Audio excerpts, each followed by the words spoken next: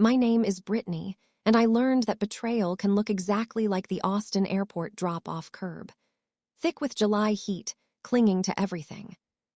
You'd think the most humiliating part of our congratulations family trip would be when my sister Rachel claimed my window seat. You'd be wrong. The most humiliating part is your mother. Linda leaning across the passenger seat, her sunglasses a flawless reflective barrier. I couldn't get the big one checked. Honey, such a hassle. This is just easier. My suitcase. My entire life. She presses a bus ticket into my hand, a one-way ticket, along with a congrats card holding a crisp $100 bill inside. My father Thomas only nods. He doesn't meet my eyes. He shifts the car into drive. The car turns the corner and disappears. I'm left standing on the concrete.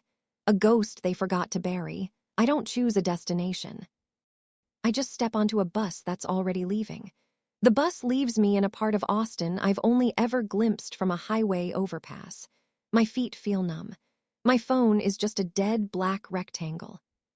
The $100 in my pocket feels less like a lifeline and more like a countdown. I find a room for rent on a street that smells like stale beer and fried onions. It's above a bar called the Rusty Nail. The sign flickers, promising tetanas. The landlord is a man whose t-shirt has given up trying. He doesn't ask for a deposit. He only wants the first week paid in cash. The room is small. The floor is sticky. The window faces a brick wall. At night, the music from downstairs doesn't shake the walls. It seeps into them. The bass line becomes my new pulse. The new normal, it's a palace. It has a lock that works. I open a small, stained notebook. The one I used to keep hidden in my backpack. I'm the kind of girl who sketches the things she can't find words for. I write survival fund on an envelope and slide what's left of my cash inside. It looks pitiful. The endurance I learn turns into a schedule. My alarm rings at 4:00 a.m. First job, coffee shop barista. I learn to steam milk until it's perfect. To smile at people who look straight through me, to say have a great day like I believe it. I smell like burnt coffee and artificial vanilla. My second job runs from noon to 5. Hotel housekeeping. I clean up after the lives of strangers. I scrub showers and replace sheets that smell like other people's sleep.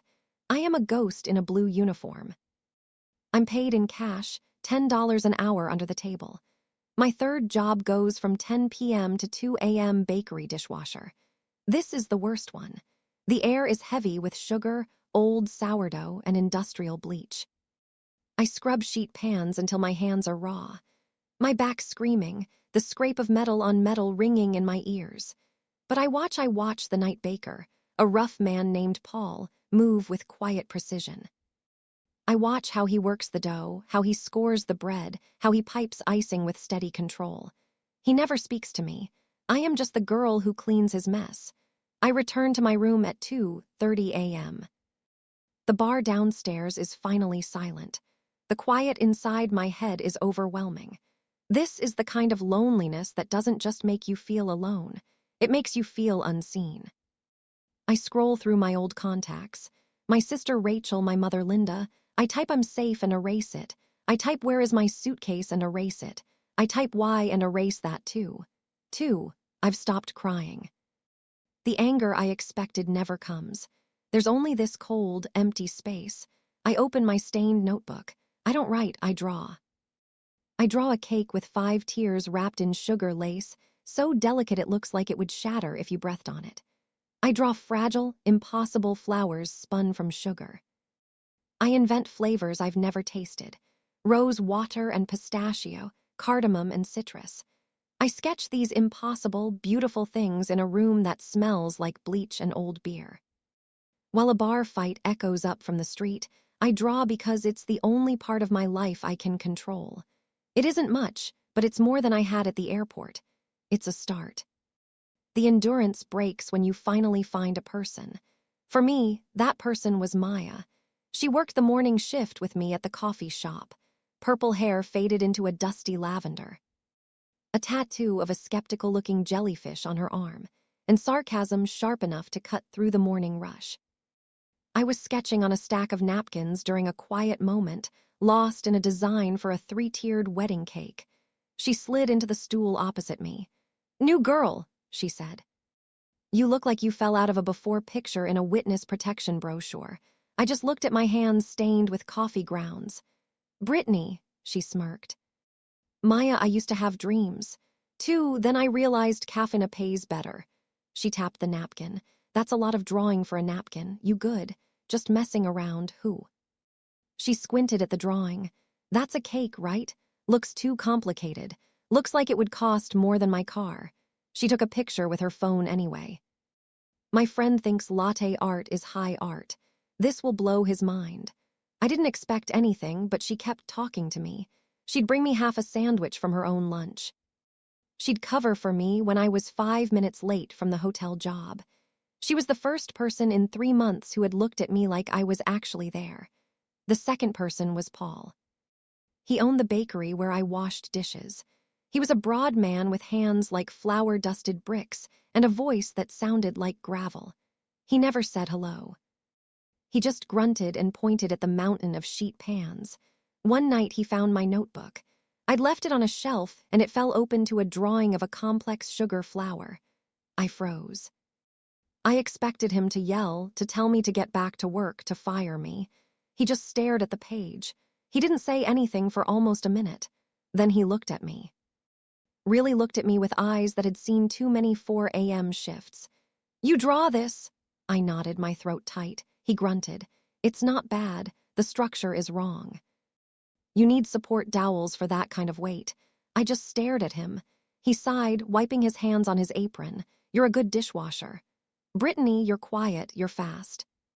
"But this," he tapped the page. "This is a waste of paper if you don't know how to use butter. I don't have a kitchen or ingredients." Paul looked around the massive, quiet bakery. The ovens were off, the steel tables gleaming. "I do." He pulled a key off his belt loop. "My kitchen is empty from midnight until 4 a.m. You're already here. You make a mess, you clean it. You break something, you pay for it. And you use my ingredients. You use the scraps, got it." I couldn't speak. An adult had just offered me something without a but attached. I just nodded. So I added a fourth job from 2:00 a.m. to 4:00 a.m. After my dishes were done, I practiced. I learned on scraps. I learned how to temper chocolate, how to make a stable buttercream, how to work with fondant. My hands, which were raw from bleach, learned a new kind of patience. I cried the first time I made a perfect rose out of sugar. I cried so quietly. The big industrial mixers didn't notice. For Maya's birthday, I spent a week's worth of tip money. I stayed up for 36 hours straight. I made her the cake from the napkin. 3-tier black currant and lemon covered in delicate hand-painted black lace. When I brought it to the coffee shop, she just stared. "Holy." She looked at me. "You made this. I thought you were just doodling." She took a dozen photos and posted them everywhere. The caption was pure Maya. "My friend Brittany is a legit baking witch. Your cupcakes are basic. Fight me." I didn't think anything of it. It was just a cake. 2 days later. An email landed in the account I'd made just to apply for jobs. It was from a local event planner. Saw the cake on Maya's feed. "I have a client. Small anniversary party. They want that cake. Can you do it by next Friday? My budget is $300. $300. That was more than I made in a week of scrubbing toilets and washing pans. I almost said no. I lived above a bar. I shared a microwave with cockroaches. I was all hustle. No, in frost structure. Maya read the email over my shoulder. "Don't be an idiot. Say yes. Figure it out later." So I said yes. I spent 3 nights in Paul's kitchen. Fueled by stale coffee and terror, I delivered it in a cab I couldn't afford. The event planner handed me 3 crisp $100 bills. I walked out into the sunlight. It felt like a promotion that night. I opened my stained notebook on a fresh page. I wrote the Gilded Crumb. It wasn't a company, it was a dare.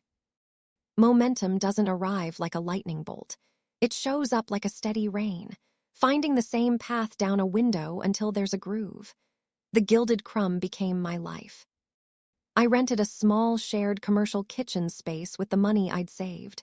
No more hiding in Paul's bakery. He just grunted when I told him said about time. You were wasting my scraps. It was the nicest thing he'd ever said. Orders trickled in then stacked. Local birthdays, small office parties. I was one person doing the work of 5, eating leftover buttercream for dinner and sleeping in 4-hour shifts. That's when Ethan walked into the kitchen. He was there for a tasting for a client, referred by the event planner, who gave me my first shot. He was tall with a quiet smile and eyes that actually listened. He ran a small food blog called Austin Bites.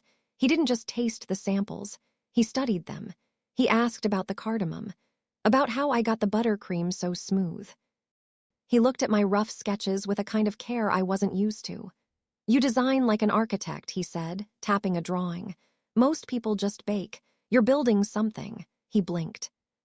I'm just trying to make sure it doesn't fall over. He smiled. That too. He ordered a cake for his client, but he came back a week later with a camera. I'm doing a series. He said on people who make things with their hands.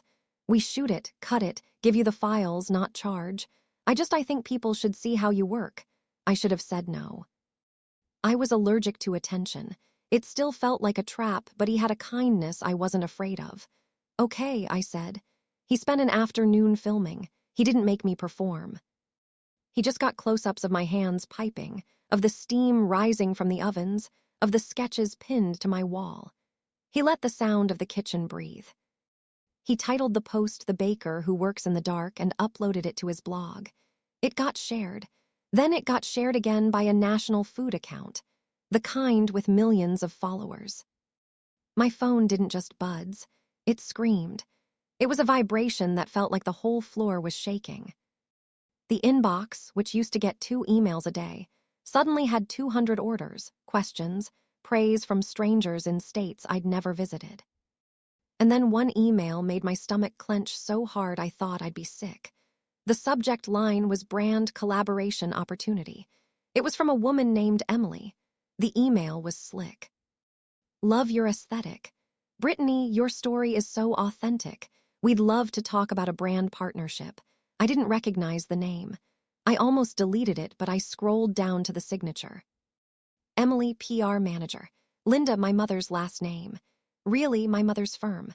My blood went cold. I reread the sentence. I clicked the link and there she was, a smiling picture of Emily on my mother's corporate website, our newest edition. I sat there on a flour sack. The sound of the industrial fridge humming, and for the first time it all made sense. Attached to the email was a glossy PDF, an invitation, the family and friends charity gala hosted by my mother's firm and on the event committee list. Her name Rachel, my sister's name. They hadn't spoken to me in 3 years. Not one text, not one call. I had been in the same city scrubbing their toilets in their hotels, serving them coffee at their coffee shops. I was invisible, but now a stranger with a camera had told them I was valuable. I finally understood. In a family like mine, you aren't a person. You're a reflection. You're a source of supply. When I was the girl at the airport curb with no suitcase, I was bad supply.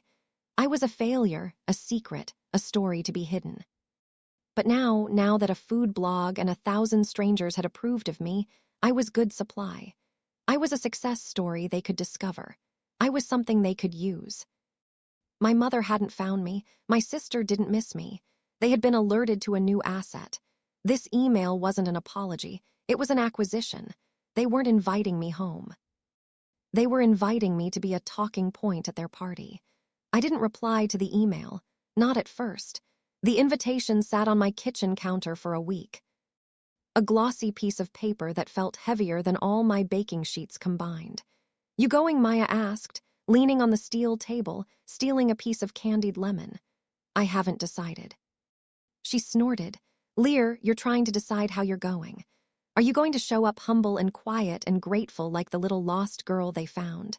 Maybe. Here are 2 shorter, natural-sounding English versions that maintain the original meaning and emotional arc. Option 1, focus on the entrance and exit. Slightly punchier. The night was my plot twist, not a ghost story. As Ethan said, I deserved to narrate my own entrance, not return as the girl they abandoned. I booked a subtle black Merced's power that whispers. My hands shook, not from fear, but from the old habit of anticipating judgment. I wore a simple black dress. Not a gown, no flash, just me. I wasn't running from anything. I was driving toward it. The moment I stepped into the gala, I knew it was my stage. My family, mother Linda, father Thomas, and sister Rachel didn't recognize me until Rachel's smile froze. The silence was delicious. I walked straight past them to the bar. When my mother, Linda, finally approached, all forced pride and frantic clicking heels, I saw my chance. "Hello, Linda," I said, my voice steady. "Funny. You didn't find me until a food blogger did." Rachel, the golden child, hissed about me making a scene. I hit back with the only truth she understood. "I remember charity." "Rachel, it used to look like $100 and a one-way bus ticket." The silence was complete when the PR manager, Emily, swooped in. Seeing my struggle as a mere narrative for profit, I set my glass down. "My work isn't available for your brand," I said, "and my story is not for sale." I turned to leave. My mother grabbed my arm, asking why I came, if only to ruin their night. I looked at her until she let go. "I just came to make sure I wasn't the one who disappeared." Walking out, the solid, expensive thunk of the car door shut out their noise. I deleted Emily's email. I realized survival isn't an act of hate. It's the courage to prune your own family tree. I drove not home, but to my new commercial kitchen, the Gilded Crumb. Maya and Ethan were there with tacos and cheap beer. My found family, I belonged here. In the smell of yeast and chocolate, I smiled, tied on my apron, and got back to work. Years later, with my own successful shop, I write a new list of goals. It's not about revenge. It's about living. This is my message to you, the black sheep. Your blood is not a cage. Your found family is the grand prize. Don't shrink yourself to fit their tiny, suffocating table. Go build a bigger one.